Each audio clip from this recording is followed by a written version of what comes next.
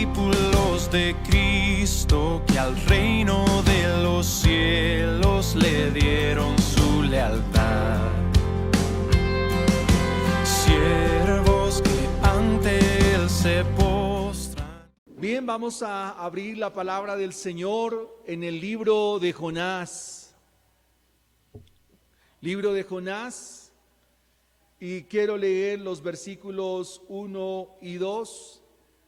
Dice la palabra del Señor, así quiero leer en favor de mis hermanos. Vino palabra de Jehová a Jonás, hijo de Amitai, diciendo: levántate y ve a Nínive, aquella gran ciudad, y pregona contra ella, porque ha subido su maldad delante de mí.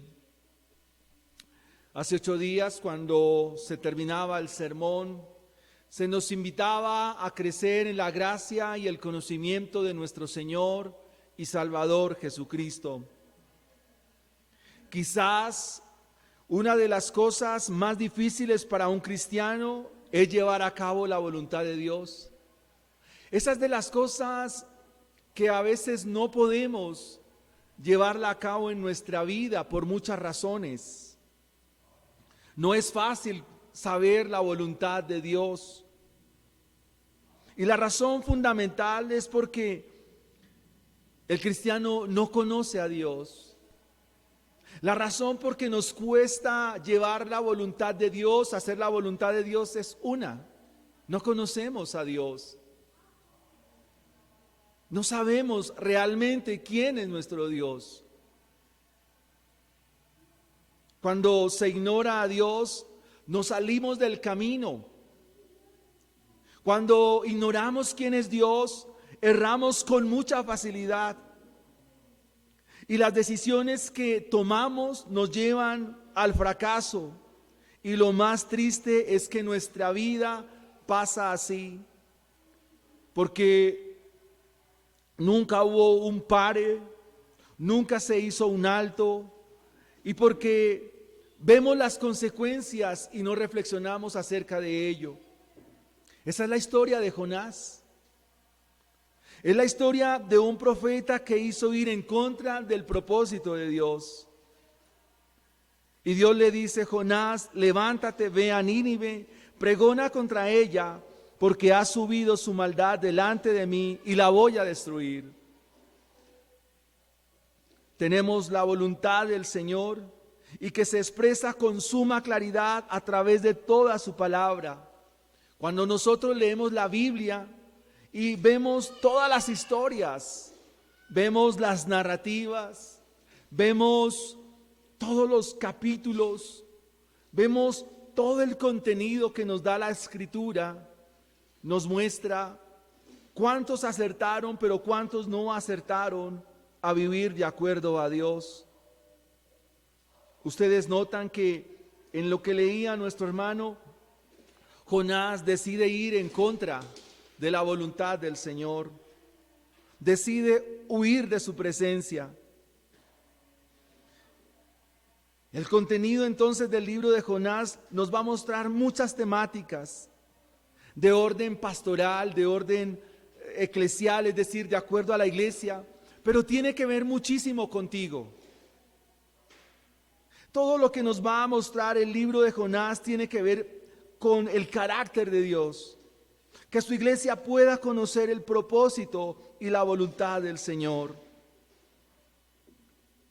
En esta introducción quiero invitarle a que pueda reflexionar sobre el eslogan que hemos propuesto de acuerdo al libro de Jonás, y es: proclamando el amor de Cristo a los perdidos. Y ustedes pudieran pensar: ¿y quiénes son los perdidos? Pues una persona sin Cristo está a merced de sus propios deseos, está gobernado por sus pasiones, está gobernada por sus desenfrenos, está perdido.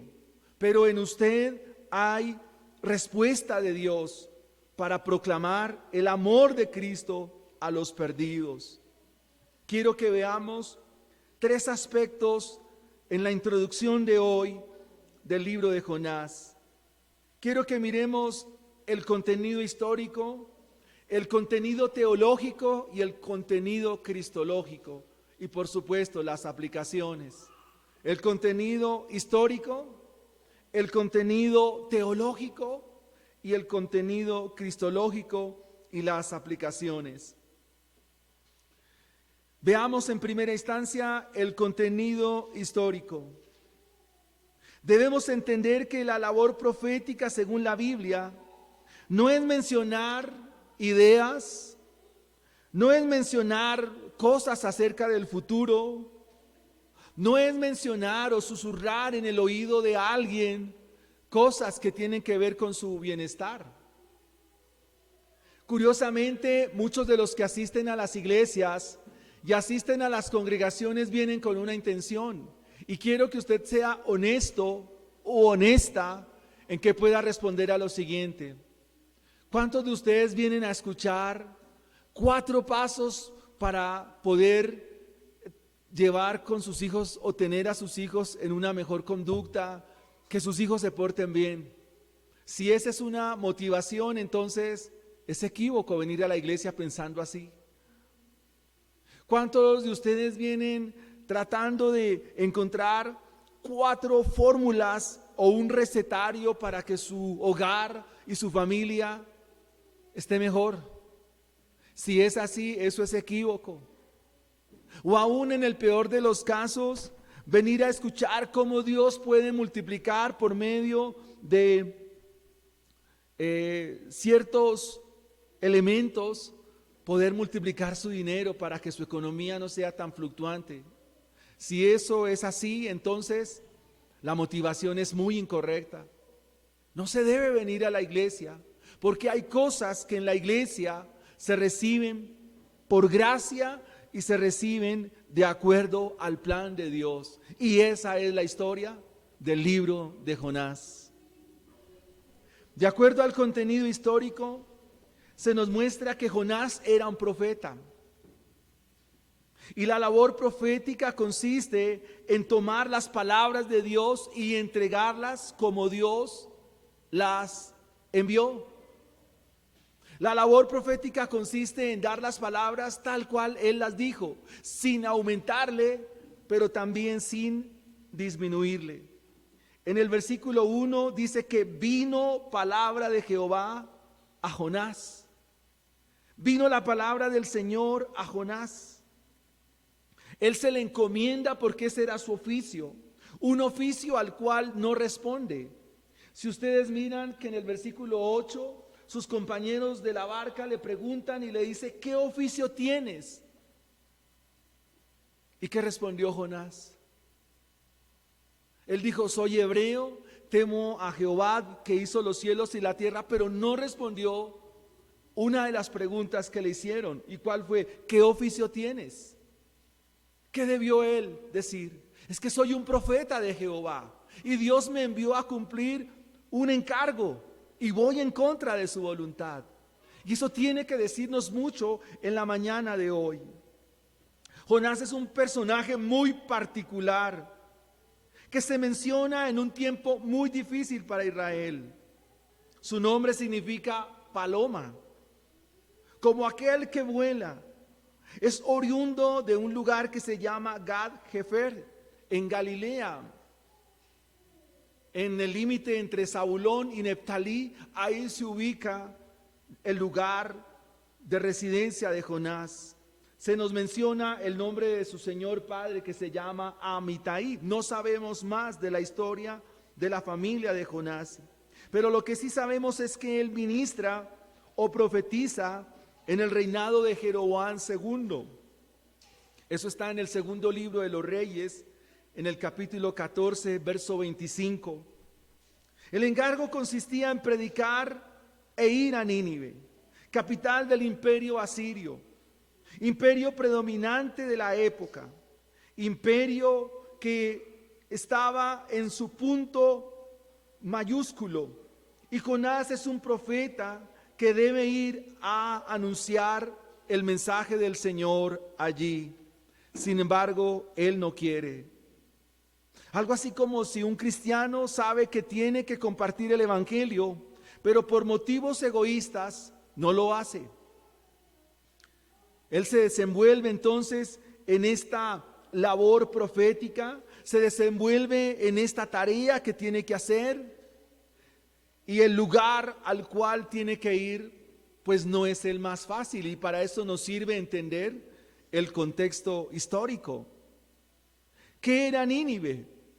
Nínive era algo así como una ciudad entre ciudad y estado para el tiempo de Jonás, muy poderosa, por cierto, ciudad sobremanera grande. En el capítulo 3, versículo 13 nos dice: y se levantó Jonás y fue a Nínive, conforme a la palabra de Jehová y conforme a la palabra del Señor. Se fue a Nínive, ciudad grande, en extremo, de 3 días de camino. A los ninivitas se les conocía por por tomar a los cautivos y torturarlos de la manera más cruenta. A los ninivitas se les conocía porque desollaban a las personas. ¿Qué es desollar? Significa arrancarle la piel a la gente. Eran cruentos, sangrientos. Incluso se les conocía por sacrificar a sus propios hijos a las deidades paganas. Y adicional, Nínive era una amenaza para Israel. De hecho, tomaron a Israel los asirios en ciertas ocasiones como esclavos.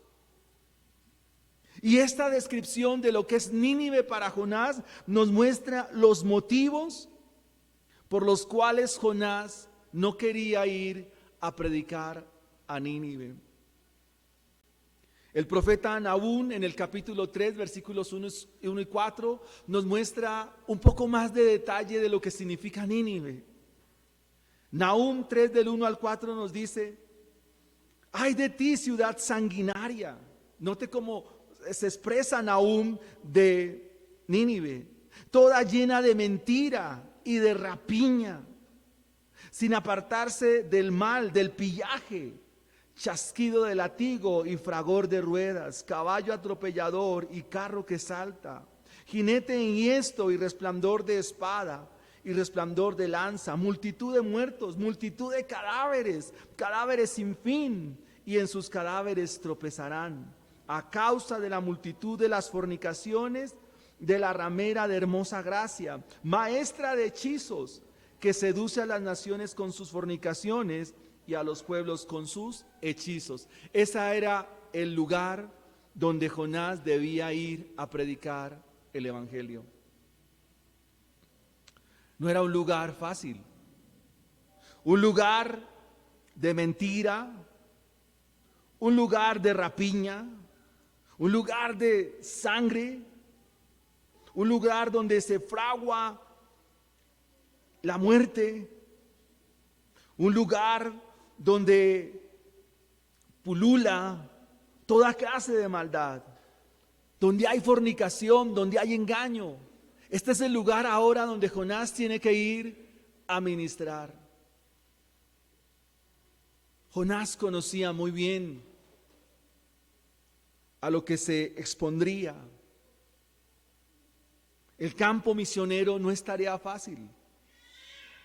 No hay lugar fácil, y Nínive no es la excepción.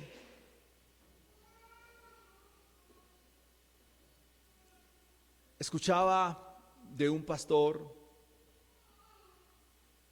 en España sobre la década del 90. Se dice que la iglesia de este pastor comenzó a llamar a las personas para saber quiénes iban a ir a cierto lugar de formas similares a lo que nos describe la palabra del Señor.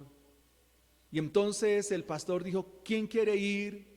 Y todos se rehusaron. De los que estaban allí como misioneros y que estaban trabajando misiones, se rehusaron porque no querían ir a este lugar. Lo veían imposible para la predicación. Lo veían imposible para anunciar el evangelio. De hecho, algunos misioneros que fueron allí, pocos días los llevaron a su sepelio, porque terminaron asesinándolos. Pero la iglesia se puso en oración, la iglesia buscó de la presencia del Señor y finalmente un hermano dijo, yo voy a ir. Y allí entonces Dios comienza a glorificarse y Dios comienza a mostrar su gloria por medio del Evangelio. A este lugar se le conocía como el cementerio de los predicadores porque no había conversión alguna. La tarea misionera no es fácil. Los lugares no son fáciles. Como el corazón de sus hijos tampoco es fácil. Si ustedes pusieron atención al himno, sembraré, dice que quien siembra la palabra del Señor la siembra en corazones de mármol. Eso habla de la dureza del corazón. Pero es que todos los corazones son duros. No hay un corazón dócil. Y esa es una realidad que tenemos que entender en la mañana de hoy. Que no hay un corazón dócil al Señor. Todos los corazones que vienen a este mundo vienen en contra de los destinos, de los preceptos y de lo que el Señor ha trazado. No hay un corazón que venga diciendo quiero venir a Cristo. Si usted recuerda Romanos capítulo 3, de los versículos 10 en adelante, se nos dice, no hay quien haga lo bueno, no hay quien entienda, no hay quien busque a Dios, no lo van a buscar. Y eso habla de un corazón duro, un corazón obstinado, un corazón cargado de maldad. No hay tarea fácil, la tarea misionera no es fácil. Compartir el Evangelio en un mundo como en el que estamos no es fácil. Primera de Juan nos dice que el mundo está bajo el maligno. El Evangelio nos dice y la palabra nos confirma que todos se rebelan contra Dios. Esa es una realidad. Pero también la palabra del Señor nos dice que el Evangelio es poder de Dios para salvación. Nínive no era fácil, pero Dios tenía un propósito con Nínive. Dios tenía un plan con Nínive. La respuesta entonces de Dios para Nínive es la salvación de estos pecadores. Una vez el pecador haya resuelto la deuda de pecado que tiene con la justicia de Dios, las demás cosas estarán resueltas.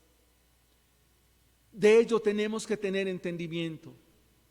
Queridos hermanos, si nosotros le compartimos el Evangelio a una persona diciéndole que por venir a la iglesia le va a ir bien, estamos muy equivocados. Si nosotros le compartimos el Evangelio a una persona indicándole que le va a ir bien en su trabajo, eso no es ningún Evangelio. Si nosotros le compartimos a las personas pensando en que lo que les decimos les va a mejorar su salud, su economía, su bienestar, sus hogares, eso no es presentar el Evangelio.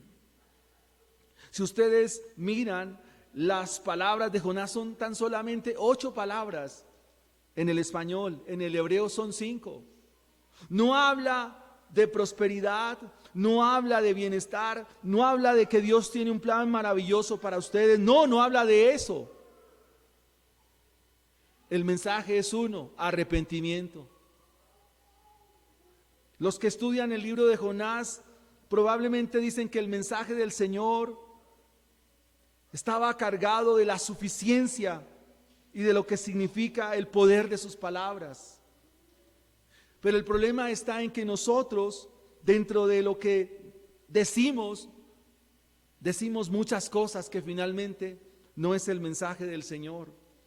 Cuando el Señor llega a este mundo y de acuerdo al Evangelio de Marcos, ¿cuál fue el primer mensaje del Señor?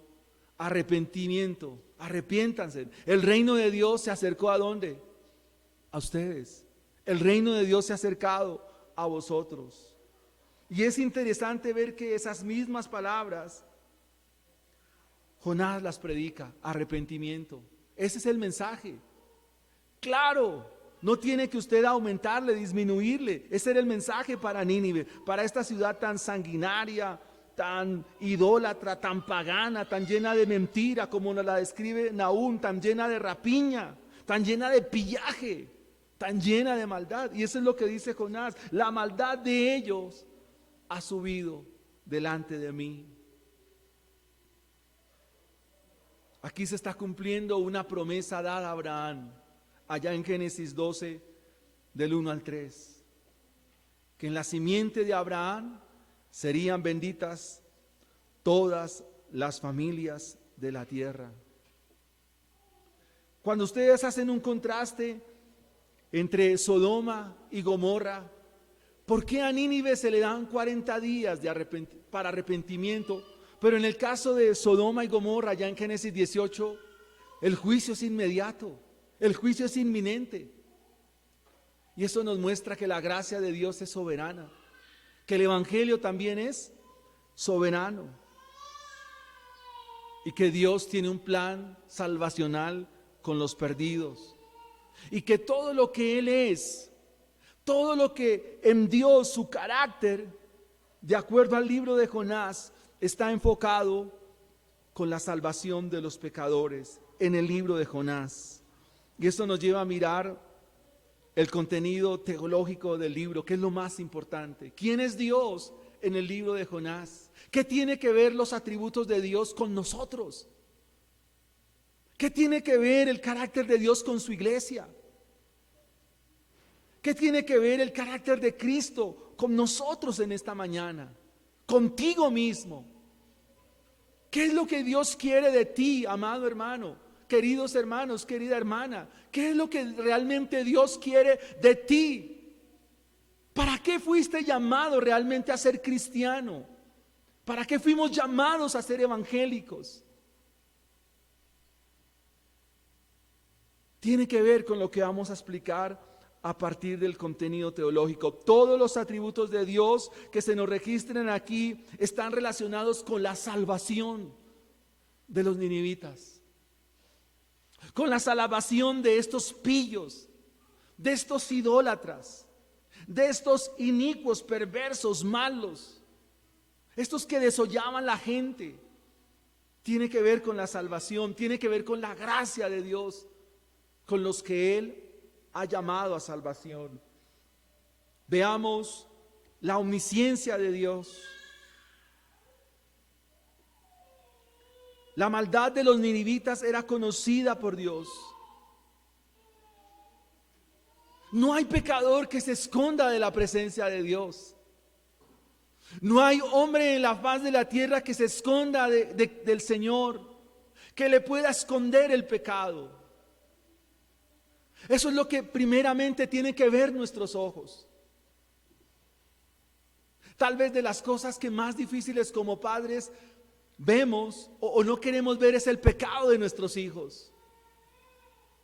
No queremos ver el pecado de nuestra familia, y nosotros por eso maquillamos el Evangelio. Cuando vamos a presentar el Evangelio, lo presentamos de manera diluida, de manera simple, y no es así. Jonás 1:2 dice: ha subido su maldad delante de mí. Dios conoce la maldad de los ninivitas. Ya Nahum nos dio un paneo de lo que se hacía allí. La historia así nos lo muestra. Como cualquiera de nosotros, Dios también conoce nuestra maldad, porque en esencia la maldad y el pecado es lo que separa a las personas de Dios. El pecado y la maldad es lo que separa a un individuo de Dios. Y hasta que eso no se resuelva, hasta que eso no se arregle, seguirá separado, seguirán distantes de Dios. Dios conoce la maldad de los ninivitas como conoce nuestras maldades. ¿Y qué es lo mejor que puede hacer un pecador cuando Dios sabe y conoce? Cuando Dios sabe que tú estás por allá en lo oculto, o con los que no debes juntarte, con los que no debes andar. ¿Qué es lo que debe hacer un pecador? Arrepentirse. Una vez escuche el mensaje. Dios lo conoce todo. Lo mejor entonces es arrepentirse. Dios lo conoce todo y Dios conocía quiénes eran los ninivitas, claro, pero Dios tiene un plan con ellos. En segunda instancia veamos la presencia de Dios, versículos 1 y 3. Es decir, que la presencia del Señor está en todo momento, en todo lugar. ¿Y qué significa estar en la presencia de Dios aquí en Jonás? Significa que él escuchó la palabra del Señor. Ustedes ahora mismo están en la presencia de Dios porque están escuchando su palabra, están escuchando el mensaje del Evangelio, están escuchando la voz de Dios al leer la Escritura. Cuando estás delante de Dios, abres tu Biblia, ahí estás en la presencia de Dios. Cuando leímos el Salmo 5 y leíamos los versículos que nos refería el salmista, de mañana me presentaré delante de ti, porque tú no eres un Dios que se complace en la maldad, pero dice, al malo no habitará junto a ti, los insensatos no estarán delante de tus ojos, aborrecerás a todos los que hacen iniquidad, destruirás a los que hablan mentira, al hombre sanguinario y engañador abominará Jehová. Esa es la palabra de Dios delante de su pueblo. Y les está indicando de viva voz lo que son sus corazones. Jonás entonces está delante de la presencia de Dios. Escuchó la voz de Dios que le dijo, Jonás, levántate, ve a Nínive. Está en la presencia de Dios. Y dice el versículo 3, y Jonás se levantó para huir de la presencia de Dios. Y esa es una pregunta, ¿quién puede huir delante de la presencia del Señor? ¿Quién puede escapar delante de la presencia de Dios? El Salmo 139 nos dice el salmista dice, si fuere a los fines de la tierra, allí estarás tú. Si en el Seol hiciere mi estrado, allí estás tú. ¿A dónde huiré de tu presencia? Ahora, pecadores, ¿dónde podremos escapar de la presencia de Dios? ¿Qué pecado delante del Señor no es conocido por Él?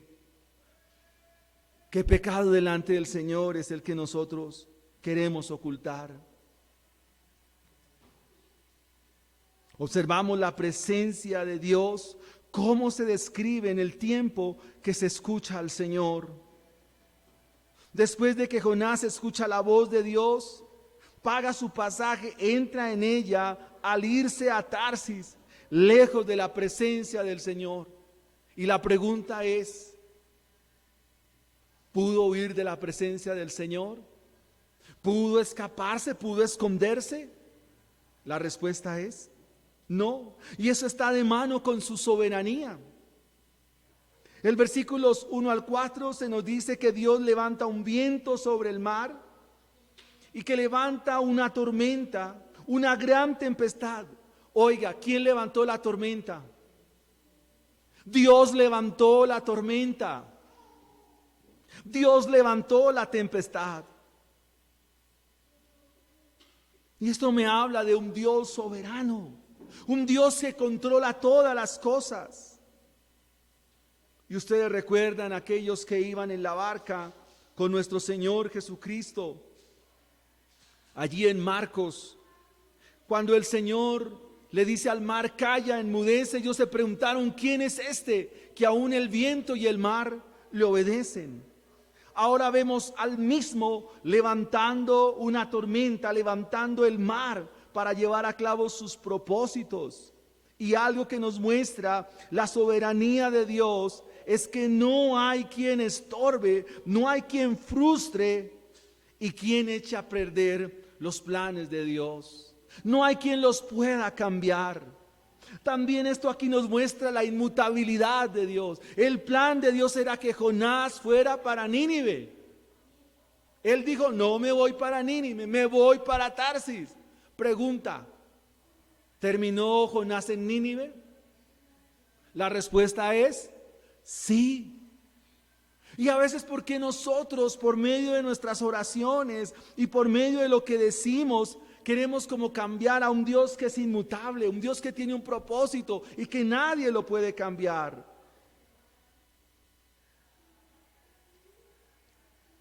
también observamos la provisión de Dios. El verso 17 dice, Dios preparó un pez. Pero en el capítulo 4 se nos dice que Dios preparó una calabacera, que Dios preparó un gusano y también preparó un viento recio. O sea, Dios provee. Y ayer cuando pensaba, y cuando usted dice Dios proveerá, ¿usted a qué es que se refiere cuando menciona expresiones como esas? Cuando usted dice Dios proveerá, ¿qué es lo que está diciendo? Eso está en Génesis 22, cuando el Señor pide a Abraham el sacrificio de Isaac. Y Isaac le pregunta, Padre mío, ¿dónde está el cordero para el sacrificio? Y la respuesta de Abraham es, Dios se proveerá de cordero. Y puso a Abraham Jehová Jireh. Dios proveerá. ¿Qué es lo que estamos diciendo? Es para que tú reflexiones en esta mañana que no siempre lo que pensamos de Dios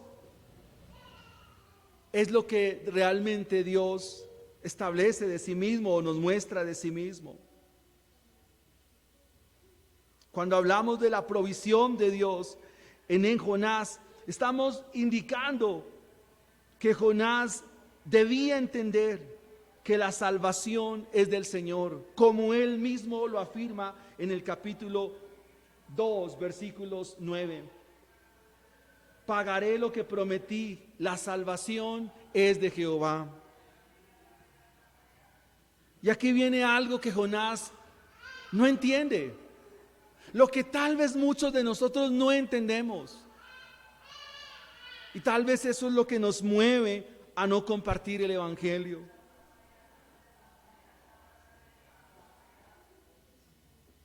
En el capítulo 4, versículos 2, Jonás nos revela su razón de por qué no ir a Nínive. Después de que predica, hay respuesta en Nínive. En el capítulo 4 se nos dice que él oró a Jehová y dijo, ahora Jehová, ¿no es esto lo que yo decía estando aún en mi tierra? Por esto me apresuré a huir a Tarsis, porque yo sabía que tú eres Dios clemente, piadoso, tardo en enojarte y de grande misericordia, y que te arrepientes del mal. Si nosotros pudiéramos entender la magnitud de la gracia de Dios, no actuaríamos como a veces lo hacemos. No es ver que lo que piensa Jonás es algo que tenga justificación delante del Señor. Quizás para Jonás los motivos para no ir a Nínive eran válidos. Los motivos para ir a Nínive eran muy válidos, pero para Jonás, mas no para Dios. Cuando hablamos de la misericordia del Señor, estamos hablando de un atributo libre. Y Dios quiso mostrar misericordia con los ninivitas, porque Él tiene misericordia de quien Él quiere tener misericordia, y se quiere compadecer de quien Él se quiera compadecer. Jonás dice, yo sabía que tú eres piadoso, yo sabía que tú eres misericordioso, y si lo sabía, ¿por qué no comparte? Porque no entendía la gracia de Dios, no entiende todavía la misericordia de Dios. ¿Cuántos de nosotros a veces hablamos de la misericordia de Dios y hablamos de la gracia de Dios y hablamos del favor de Dios? Pero ¿por qué somos tan mezquinos al no compartir el evangelio con los que nos rodean? Jonás no lo sabía, como es probable que muchos de nosotros no lo sepamos. Y ante la predicación nos acobardamos. Y no debe ser así. Debemos llenarnos de valor. Y como se nos enseñaba el sábado en el congreso, ante alguien que le compartamos el evangelio, quizás de más tamaño, quizás de más intelecto, quizás de más sabiduría humana, quizás de más poder económico, no importa. Dios es Señor de esa persona. Dios es Señor de esa vida. Dios es Señor de todas las cosas. El Salmo 24:1 dice: de Jehová es la tierra y su plenitud, el mundo y todos los que en él habitan. Todo le pertenece a Dios. Esa es una verdad de la Biblia. No debe haber temor en nosotros al compartir el evangelio. Jonás dice: yo sabía que tú eres misericordioso, y si lo sabía, ¿por qué entonces no entiende que Dios ha mostrado misericordia y favor con los perversos ninivitas? Si Jonás sabía que Dios es clemente, que es paciente para la ira, que es tardo en enojarse, ¿por qué entonces no entiende que Dios tiene plan con los ninivitas, plan de salvación? Y él dice: y por esto fue que yo me fui a Tarsis.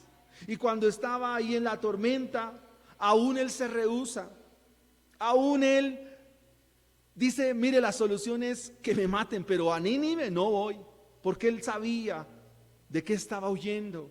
Los compañeros de la barca, los otros marineros, lo entendieron, pero Jonás no lo entendió.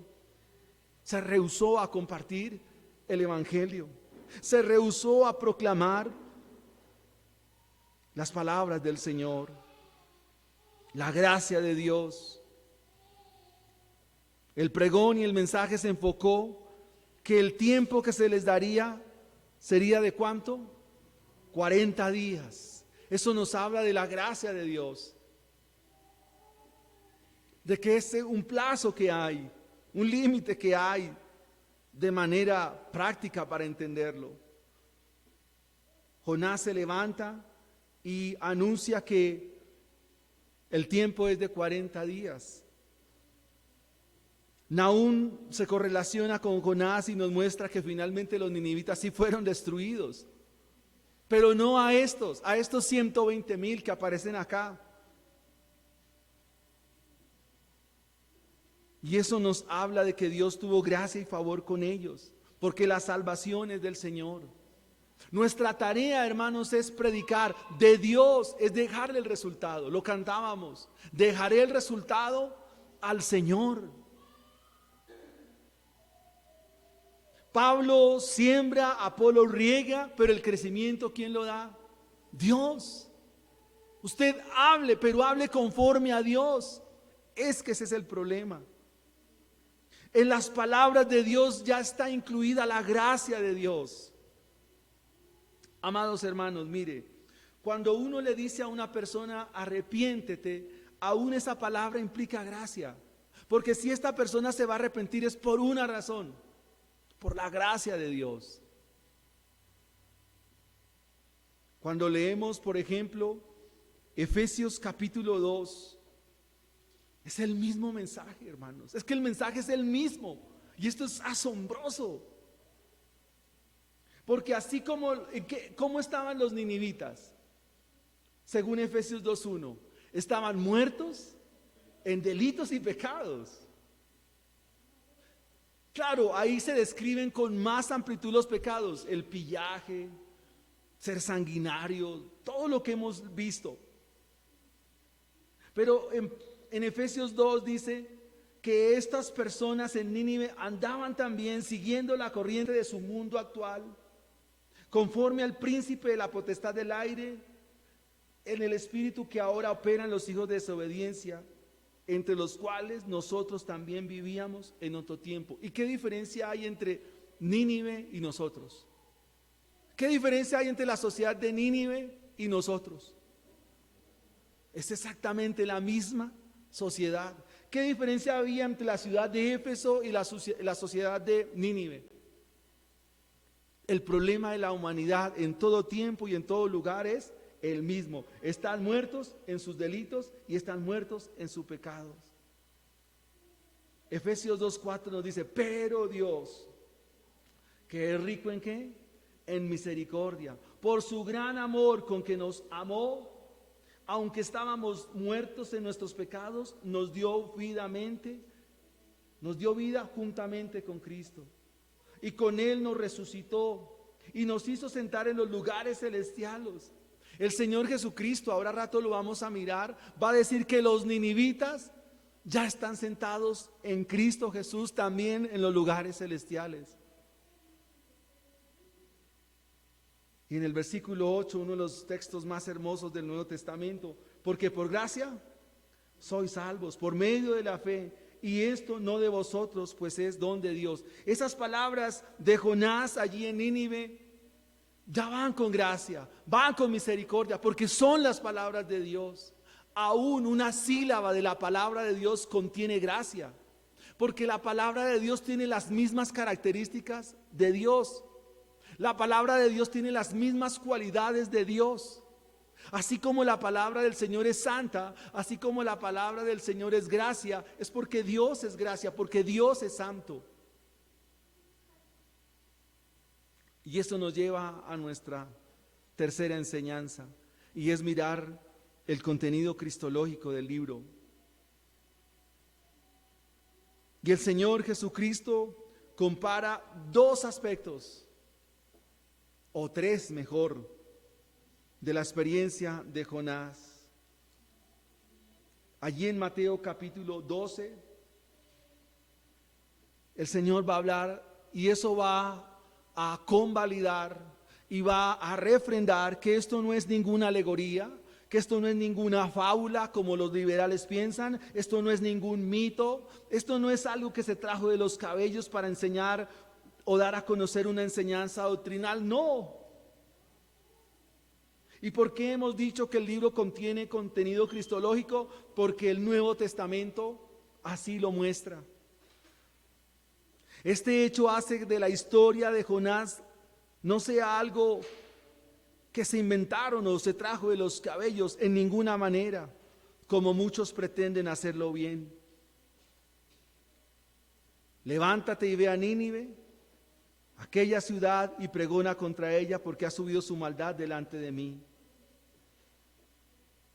Este es el único y excepcional caso donde un profeta es enviado a una nación extranjera y gentil para anunciar y comunicar un mensaje que traería para ellos salvación. ¿Qué tiene que ver esto con Cristo? Porque la salvación de todos los pecadores, los ninivitas, nosotros y todo aquel que venga a salvación, descansa en la obra del Salvador, descansa en la obra de Cristo. Y la obra de Cristo fue morir, estar 3 días y 3 noches en la sepultura, y al tercer día resucitar. Cuando estaba en la sinagoga en Galilea, los líderes religiosos, los escribas y los fariseos le preguntan: Señor, danos una señal, muéstranos. El Señor en la sinagoga había sanado a uno que tenía la mano seca, y ellos vieron la señal, vieron cómo el Señor obró con él, y aún viendo comienzan a decirles que él echa fuera demonios por Belcebú, es decir, por el mismo diablo. Y él les dice: ustedes son una generación mala, una generación perversa, y me piden señal, pero les voy a dar una señal, la señal de Jonás. Y así como Jonás estuvo 3 días y 3 noches en el vientre del pez, el Señor Jesucristo dice: el gran pez, está leyendo la Septuaginta o está trayendo a memoria la Septuaginta, dice: así como Jonás estuvo 3 días y 3 noches en el vientre del pez, así estará el Hijo del Hombre 3 días y 3 noches en el corazón de la tierra. La resurrección, la muerte y la resurrección de nuestro Señor Jesucristo, esa es la señal, la mayor señal. Esa es la más grande de todas las señales, que Jesús resucitó. Sin embargo, vemos cosas de Jonás, y el Señor dice: aquí hay uno mejor que Jonás, porque Cristo es el mejor Jonás, es el perfecto Jonás. Él es el verdadero Jonás. ¿Por qué? Porque ¿qué es lo que debe hacer un profeta, amados hermanos? Cuando Dios le habla, cuando Dios nos habla, querida iglesia, ¿qué es lo que tenemos que hacer? Responder a su palabra en obediencia. Cuando Dios nos habla, tenemos que responder a Él y diciéndole: Señor, te voy a obedecer. Es la consecuencia de vivir para Dios. ¿Por qué nos argumentamos tanto? Y nos llenamos como porque no conocemos a Dios. Pero hay un mejor Jonás que contestó el llamado de Dios. Este Jonás del libro, el hijo de Amitai, escuchó: Jonás, vete para Nínive. Pero no obedeció, no fue obediente. Pero el mejor Jonás, quien es mi Señor y Salvador, también escuchó la voz del Padre y dijo: ve a unos ninivitas que están igualmente perdidos. Ve a unos ninivitas que están igualmente extraviados, están descarriados. Ve a ellos. Y vino, se despojó a sí mismo, haciéndose obediente hasta la muerte y muerte de cruz. Contestó el llamado de Dios, contestó a la voz del Señor.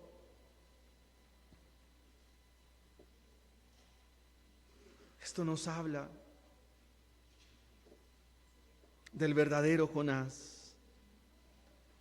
Jonás se rehúsa a hacer la voluntad de Dios, pero el verdadero Jonás, él dice estas palabras a una mujer en el pozo de Jacob allí en Samaria: mi comida es que haga la voluntad del que me envió y que acabe su obra. Y su obra era venir y a salvar a los pecadores, de los cuales yo soy el primero. Jonás, como profeta del Señor, propone ser lanzado a la tempestad para que así los ninivitas no se salvaran. Pero el verdadero Jonás sufrió la tempestad del Calvario para la salvación de todos nosotros. Y porque Él vino a salvar y a dar su vida en rescate por nosotros. Y algo que compungía mi corazón: oh Dios,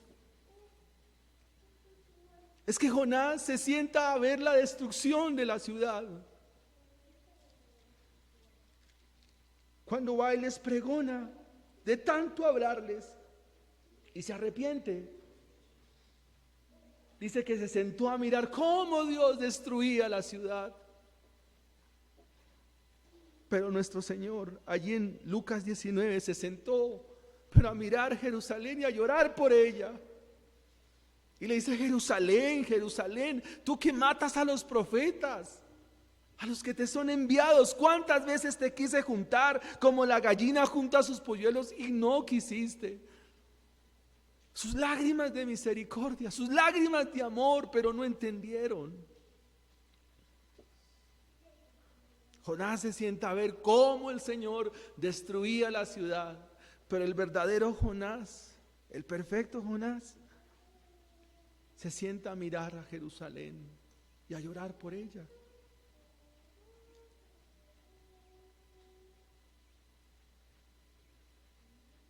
He dicho que el Señor quiere que nosotros no nos sentemos a mirar a nuestros vecinos cuando nos hacen mal, sino realmente es llorar.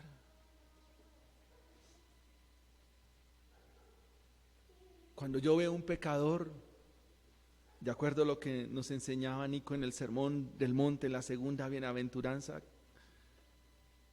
¿qué debo yo hacer por un pecador? Llorar. Porque bienaventurados los que lloran, porque ellos recibirán consolación.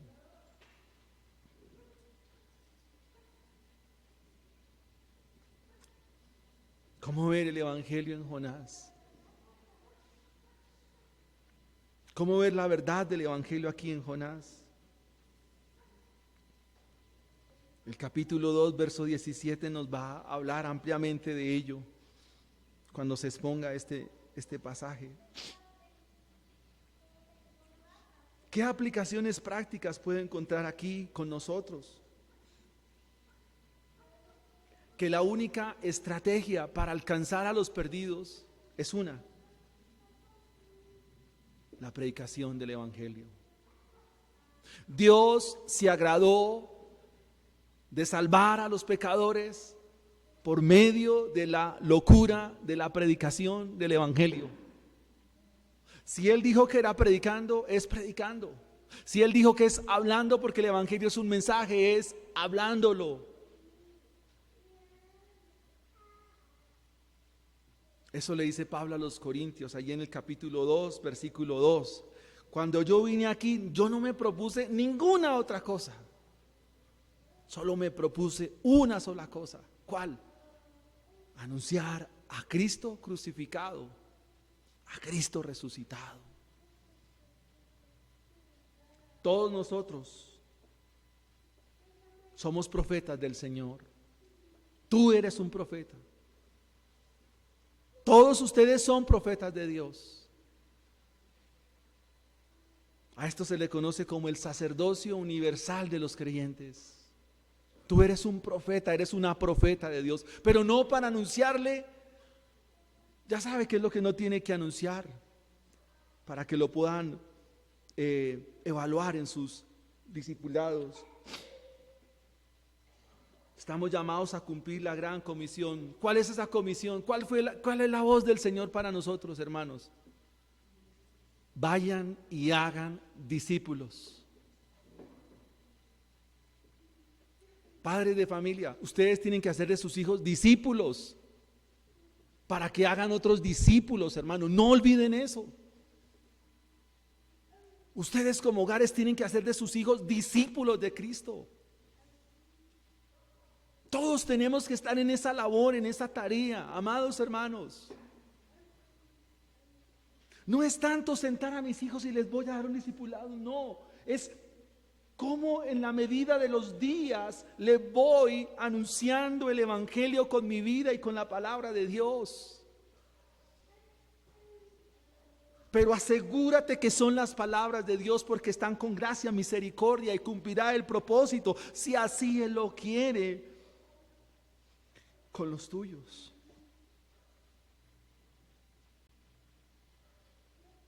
Retomo las palabras del hermano allí en el Congreso, no recuerdo su nombre, y él decía: amor por los perdidos, compasión por los perdidos.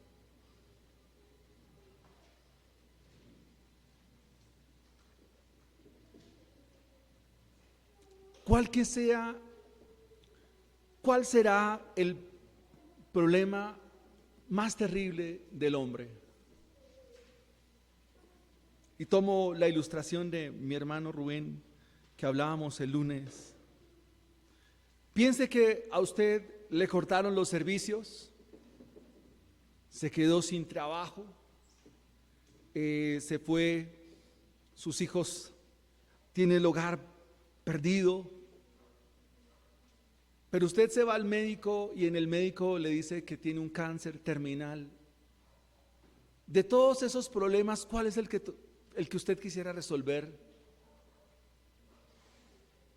¿Cuál es el que demanda prioridad? O sea, los demás problemas pasan a ser secundarios, pero hay un problema mayor que resolver. ¿Cuál es? El cáncer. El pecado es eso, un cáncer. Yo sé que ustedes quizás tienen problemas económicos, tienen dificultades con sus hijos, con su hogar. Bueno, los problemas que ustedes tienen, salud quizás, pero hay un problema que hay que resolver. Y la solución está en su boca. En su boca está la solución. En su boca está la solución.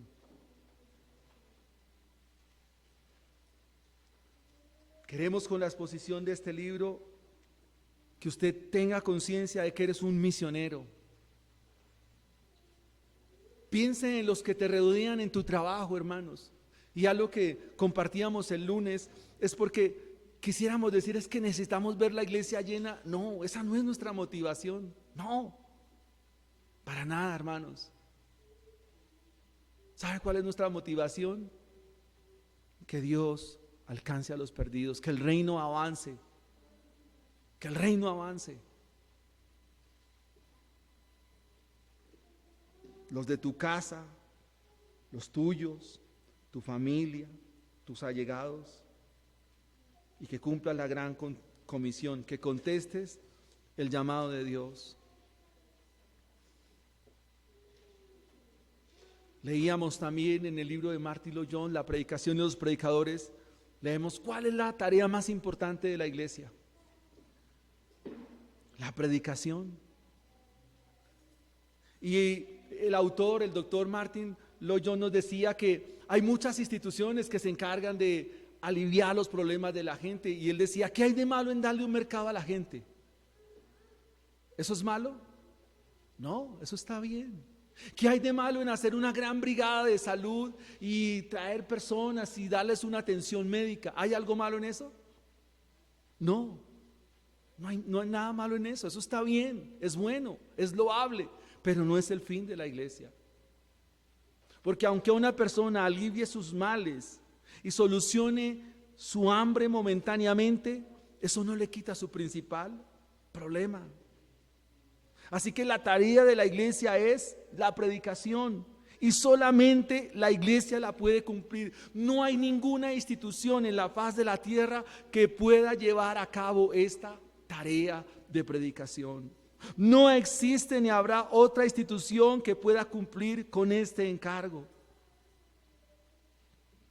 O dígame, ¿qué institución puede combatir la inmoralidad en el ser humano? ¿Qué institución puede combatir el robo, el atraco, la infidelidad, el adulterio o cualquier otra forma de pecado? ¿Qué otra institución puede hacerlo? Solo la iglesia. Solo ustedes y yo podemos llevar a cabo.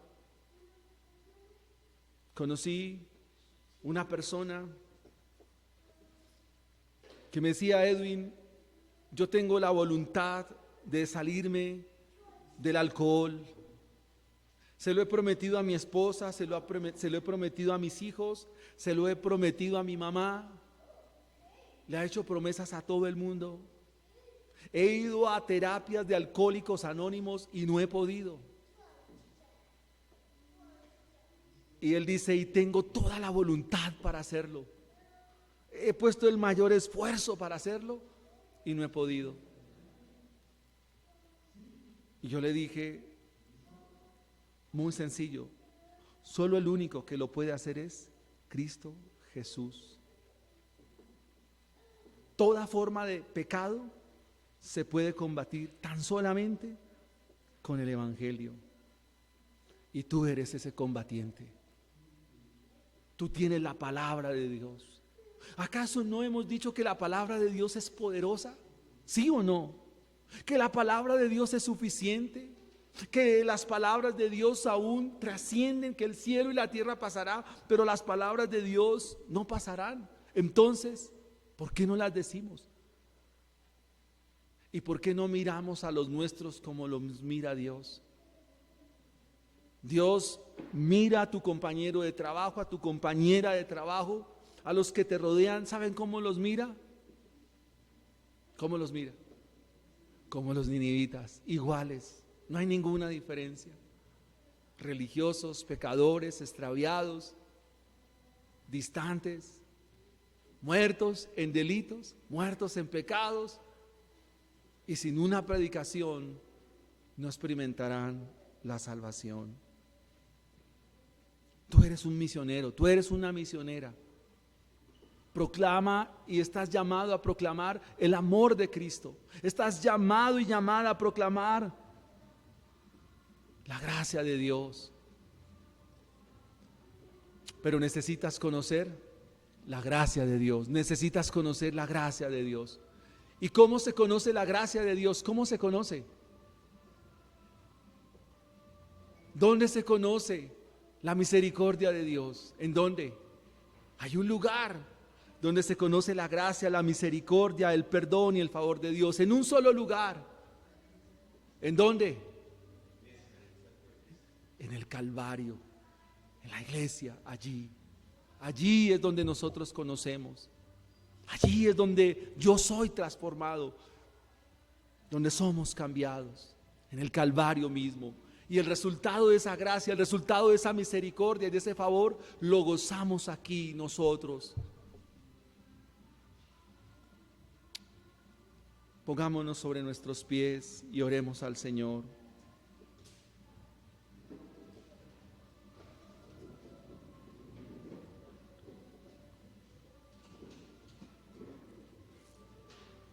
¿Quiere cerrar sus ojos? Pongámonos en pie y piensa en lo que significa la gracia de Dios.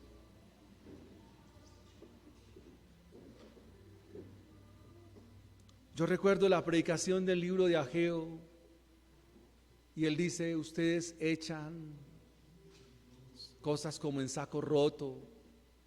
¿Por qué? Y el libro nos vuelve a decir por qué. Oh Padre Celestial, aquí estamos, Señor, en esta mañana, con la única intención, Dios amado, con el único propósito, Señor, de conocer tu gracia y tu favor. Padre, danos esa gracia de ti, Señor. Esa gracia que proviene en la obra de tu Hijo. La gracia está en Cristo Jesús. Sobre Él está toda gracia.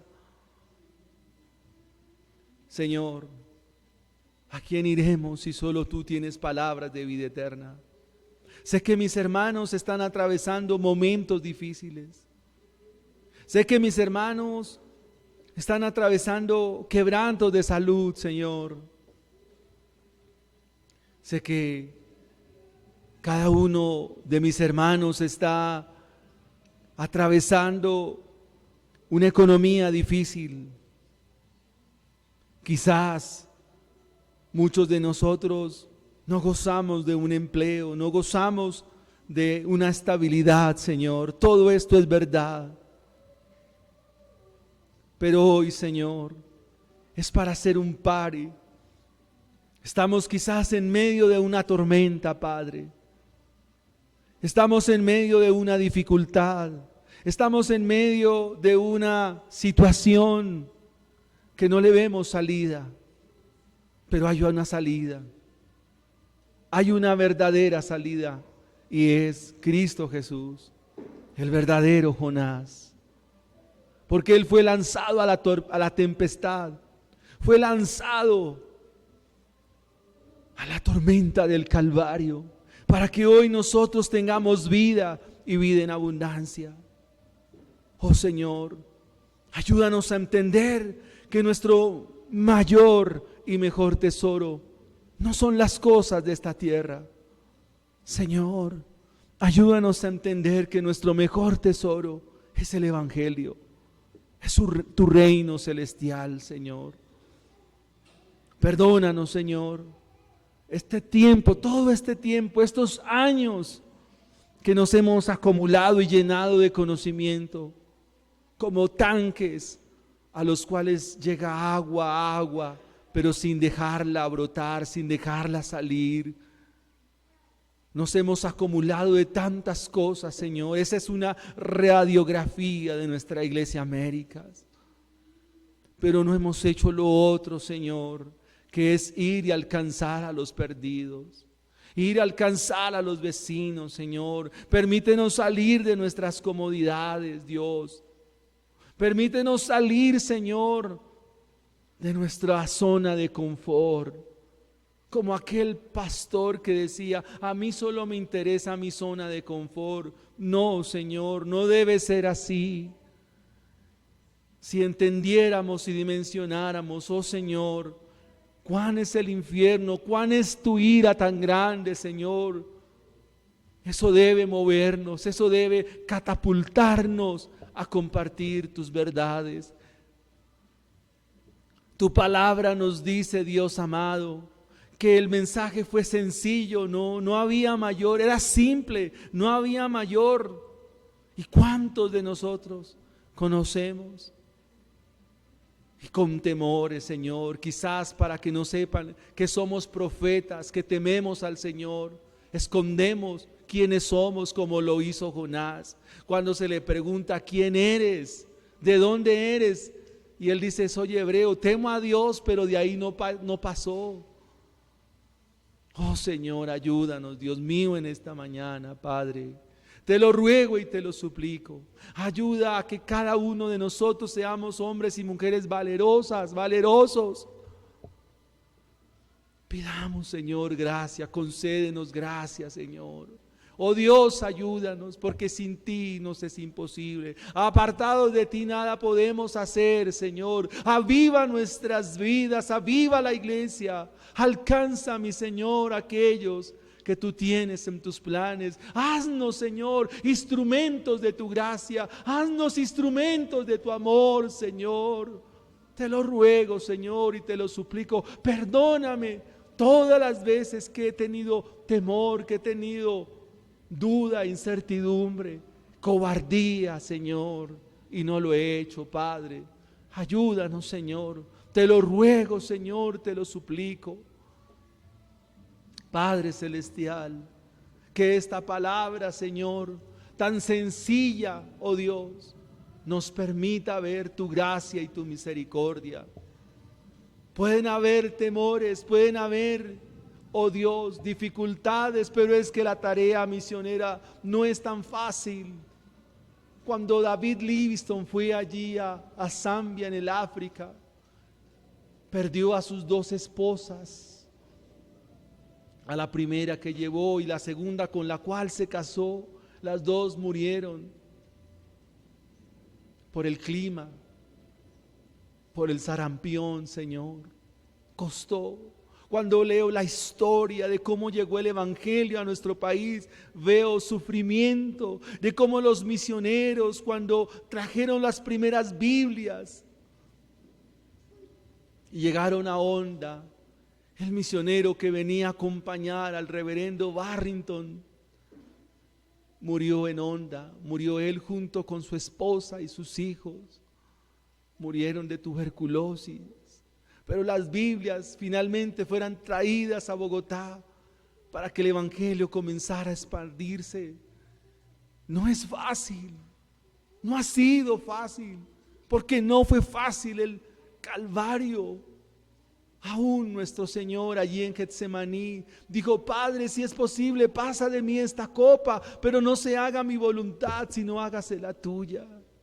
A veces cumplir la voluntad del Señor implica dolor.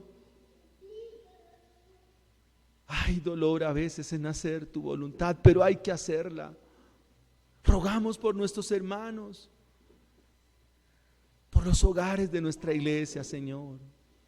Ayúdanos a ir por ellos. Ayúdanos tan solamente a una llamada. Ayúdanos tan solamente a un mensaje, a un voz, a un mensaje de texto, Señor. Eso hace mucho. Pero es que ni siquiera eso, Señor.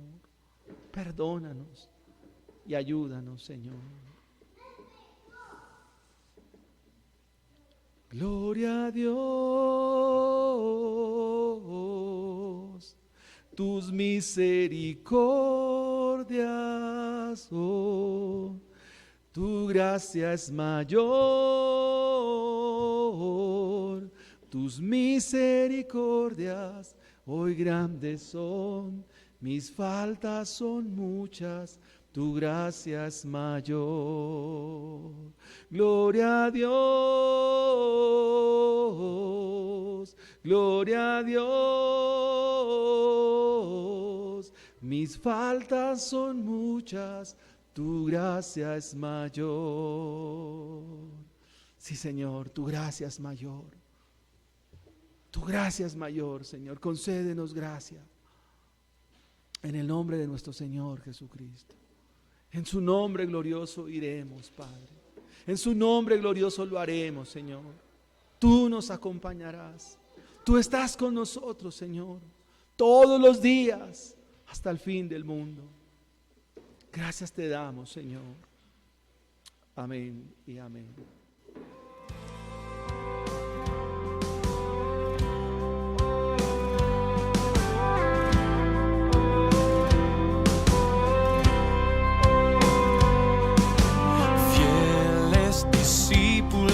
siervos de Cristo que al reino de los cielos le dieron su lealtad.